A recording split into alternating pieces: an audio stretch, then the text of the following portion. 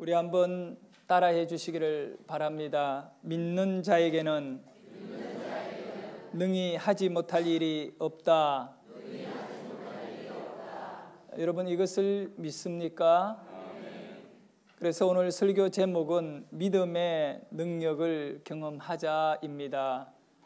뭘 경험하자고요? 그 능력이 여러 가지가 있겠지만 특별히 믿음의 능력을 여러분이 체험하는 거지요. 경험하는 것이고 이것이 신앙이다라고 할 수 있습니다. 신앙생활은 다른 거 아닙니다, 여러분. 신앙생활은 능력생활이라고 표현할 수 있지요. 신앙의 능력이 드러날 때 그것이 참 신앙이 되는 것이고, 성경은 뭘 우리에게 표방하고 나타내고 있느냐 이거지요. 이 성경은 처음부터 끝까지 능력에 대한 이야기들이에요. 누구의 능력이냐면 하나님의 능력에 관한 말씀입니다. 그래서 믿음이라는 것은 이 성경을 통하여 우리가 알게 되어지고 이 말씀의 뿌리 안에 믿음이 자라나는데, 능력 없는 믿음은 이 껍데기에 지나지 않는 것이지요. 죽어있는 그런 어떤 나무, 말라버리고 죽어버린 나무, 거기에 싹이 나지 아니하고 꽃이 안 피잖아요. 열매도 없잖아요. 우리 믿음이 모양만 있고 능력이 없다면 그것은 잘못되었다는 겁니다. 치료되어야 되고 고쳐져야 되고 회복되어져야 하는 것이겠지요. 우리가 왜 하나님만 믿어야 합니까?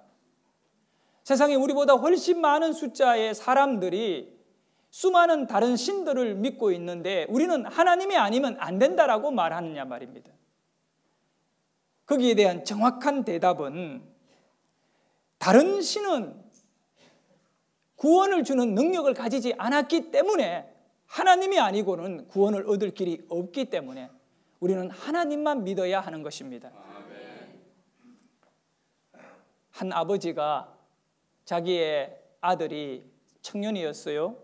귀신이 들려서 말을 못하고 또 발작을 일으키고 정상적인 삶을 살지 못하는 이 불행한 아들을 데리고 예수님의 소문을 들었습니다. 찾아 예수님이 계신다는 곳에 왔습니다.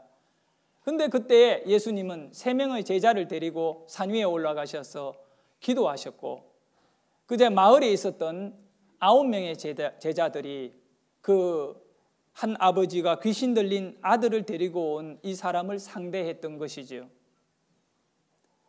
예수님이 안 계시니까 아버지는 자기 아들을 예수님의 제자들에게 좀 치료해 달라고 부탁한 것 같습니다. 근데 제자들이 예수님 오실 때까지 좀 기다리자 뭐 이렇게 할 수도 있겠는데, 그들이 예수님을 대신해서 이제 귀신을 쫓아내는 그런 축사라고 하는 것이죠. 이 사역을 시작했습니다. 예수님의 제자들은 누구보다도 예수님을 가까이 보시면서 수많은 병자를 치료하는 거나 귀신을 쫓아내는 그런 행위를 많이 보았고 배웠다고 생각할 수 있습니다. 그래서 제자들은 예수님께서 하신 대로 그 방법을 사용해 가지고 귀신을 쫓았습니다. 그런데 문제는 이 청년 속에 들어가 있는 귀신이 나가지를 않습니다. 안 나가는 것으로 끝나지 아니하고 오히려 제자들을 향하여 조롱하고 달라들고 제자들을 부끄럽게 만들어버리고 말았습니다.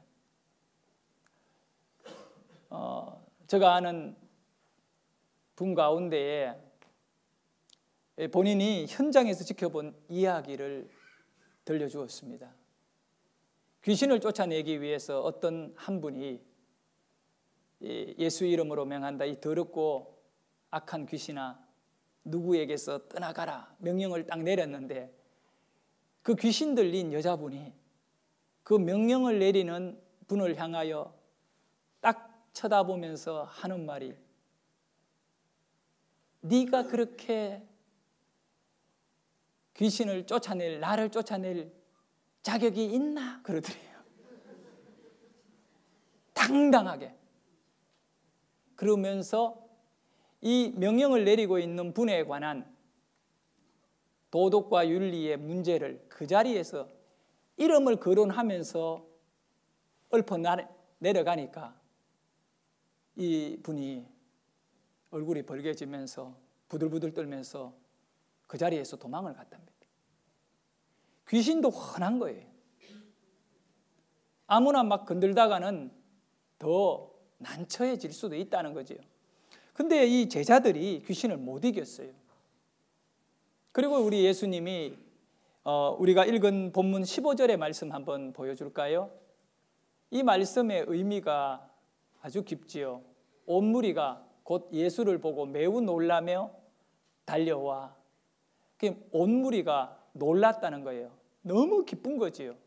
달려왔다는 것은 어떤 그런 문제 해결의 그 실마리를 이제 예수님을 통하여 풀려고 하는, 그래서 모든 것이 예수님 쪽에 모아지는, 예수님이 답이시다는 거예요. 난처한 제자들에게 예수님은 아주 이렇게 복음이 되고 있습니다. 제자들은 이제 막 귀신 들린 자에게 당하고 있었는데 예수님이 나타났으니까 얼마나 이렇게 기쁘겠습니까? 그래서 모든 사람들이 또 그 마음을 아는 거예요. 지금 제자들 아주 이렇게 망신을 당하고 있는데 그 제자들의 스승인 예수님이 나타났으니까 이제 저분이 해결할 것이다.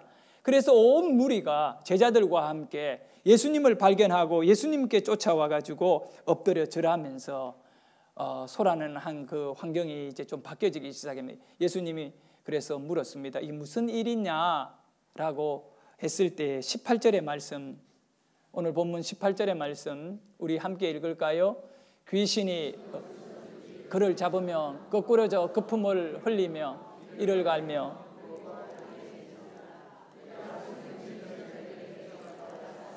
선생님의 제자들에게 내쫓아 달라 하였으나 그들이 능히 하지 못하더이다. 전체적인 그런 일어났던 내용을 이제 그 아버지가 이야기합니다. 내 아들은 엉망입니다. 망가졌습니다. 그러지만 우리 예수님의 그 제자들이 내 아들을 고쳐주지 못했습니다. 여러분, 제자들은 왜 귀신을 쫓아내지 못했을까요? 네? 제자들은 스스로도 이 문제에 대하여 큰 딜레마가 그들에게 이제 주어지게 된 것입니다. 왜 우리는 귀신을 쫓아내지 못했을까?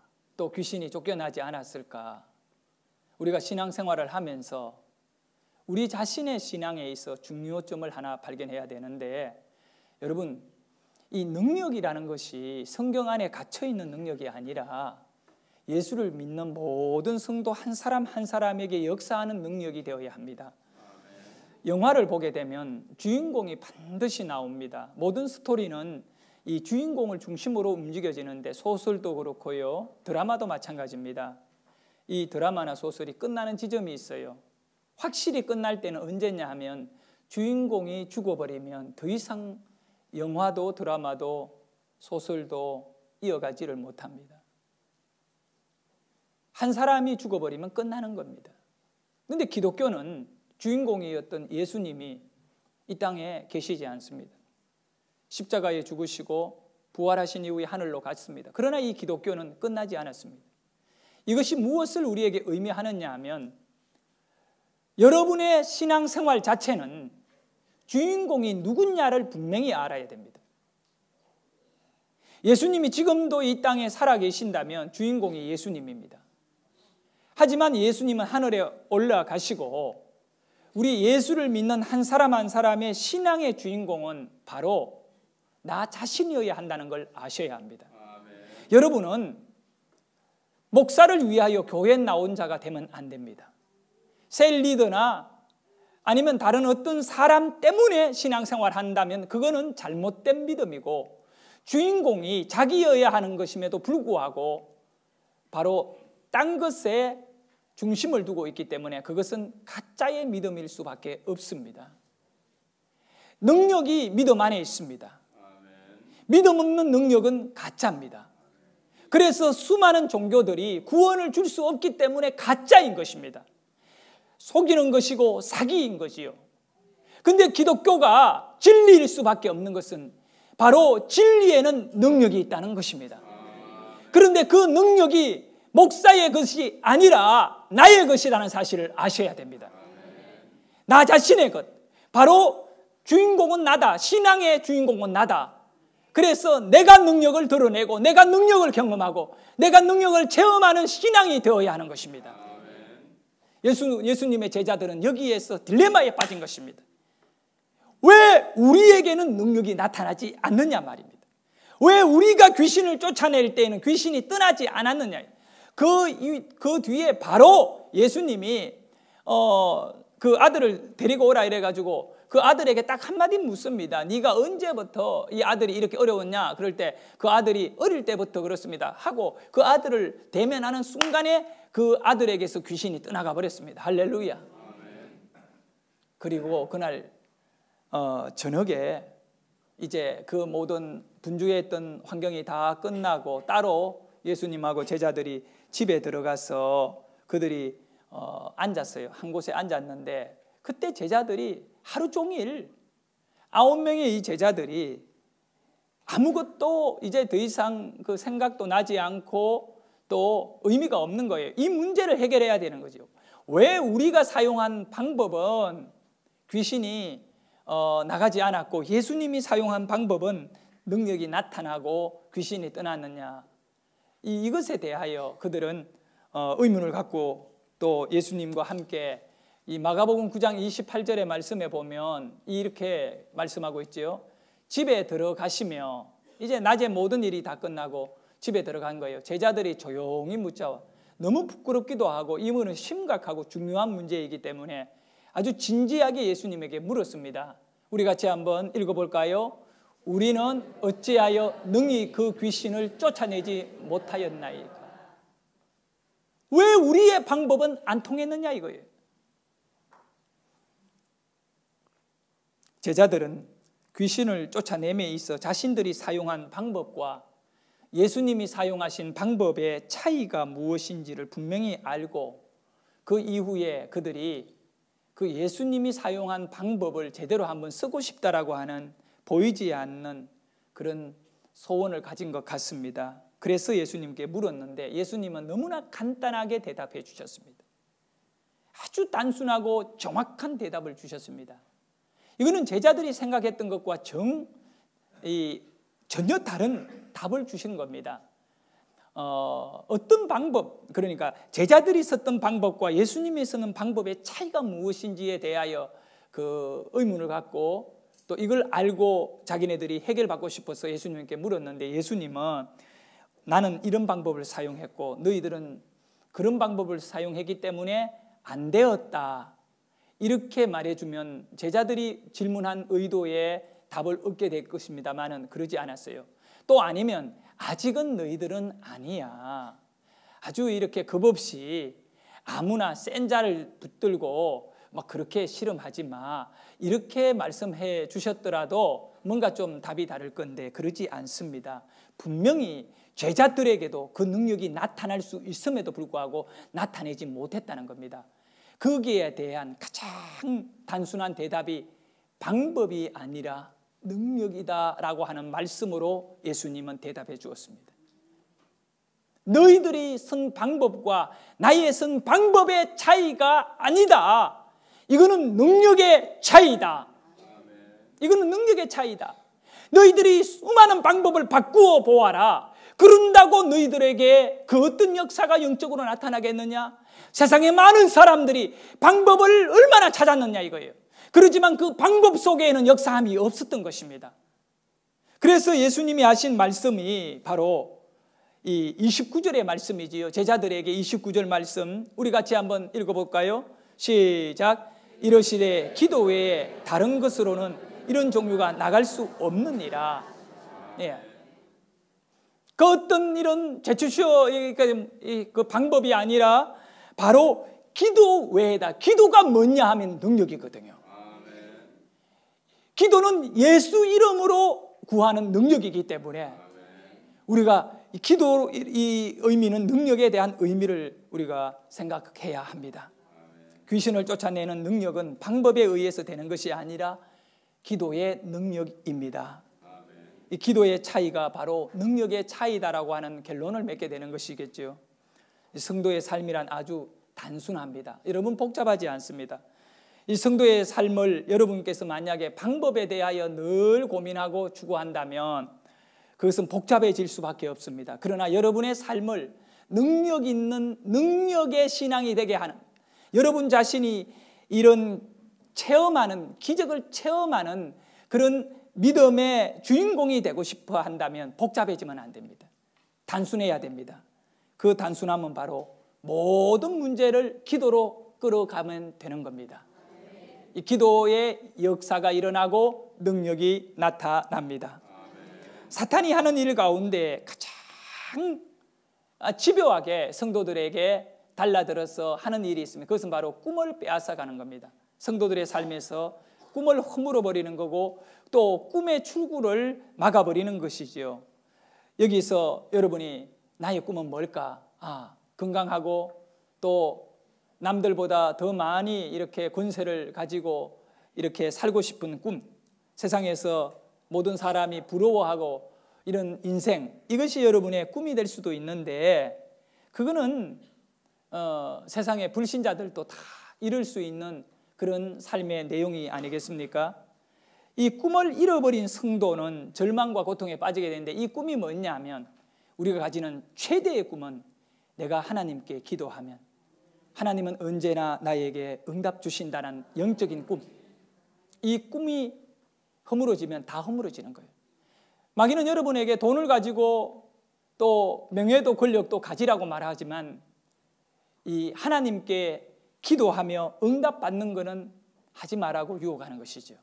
그래서 기도는 누가 하느냐 하면 하나님을 향하여 꿈을 버리지 않은 성도들이 기도를 하는 겁니다. 기도가 막힌 것은 영적으로 모든 꿈이 막힌 것과 마찬가지입니다. 그래서 우리는 기도의 현장에서 하나님을 바라보고 하나님의 능력과 은혜를 갈망하는 꿈이 살아있는 성도 될 수 있기를 축원합니다. 우리 한번 따라 할까요? 기도는 하늘의 문을 두드리는 노크이다. 여러분이 만약에 어떤 집에 가서 꼭 만나고 도움을 받아야 할 사람이 있어요. 내가 그 사람에게 찾아가면 그 사람은 반드시 도와줄 사람이다 했을 때 그 사람 집 앞에 가서 대문 앞에서 가만히 서 있어요. 그러면 시간만 갈 뿐입니다. 그 집에 앞에 가는 것이 중요한 게 아니에요. 문을 두드려야 돼요. 내가 왔노라고 그 집에 알려야 되는 것입니다.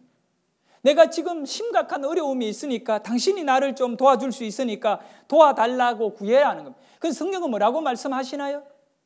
마태복음 7장 7절에도 보면 구하고 두드리고 찾아라고 말씀하지 않습니까? 노크를 해라는 거예요. 바로 예수님이 제자들에게 너희들이 어떤 방법을 익숙하게 자꾸 배운다고 되는 거 아니야. 바로 너희들이 기도를 통하여 능력을 받은 자가 되어야 돼요. 그 능력이 있으면 이 귀신은 그냥 떠나는 것이지요. 그런 참 이 본문 마가복음 9장에 나와 있는 이 본문에서 보면 예수님이 이 귀신에게 뭐라고 말합니까? 달리 말하지 않아요. 그래도 귀신은 예수님을 만나는 순간에 떠나가는 것입니다. 할렐루야. 왜 그러냐면 이것이 능력이거든요. 우리가 어떤 방법을 통하여 인생을 성공시키려고 한다면 피곤해지는 것입니다. 이 방법을 쓰다가 안 되니 또 이 방법을 써야 되는 거예요. 그렇지만 여러분이 기도를 통하여 능력을 가진 자가 된다면 오늘 내 삶 속에 어려움도 있고 문제도 있다 하더라도 이거는 때가 되면 내 안에 있는 능력이 역사할 것입니다.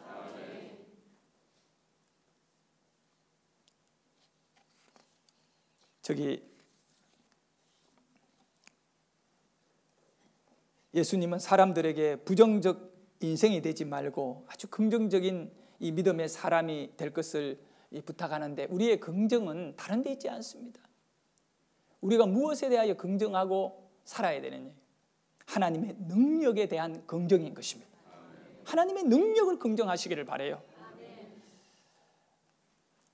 우리 교회 성도님이 저에게 보내준 영상 참 감동 깊었습니다.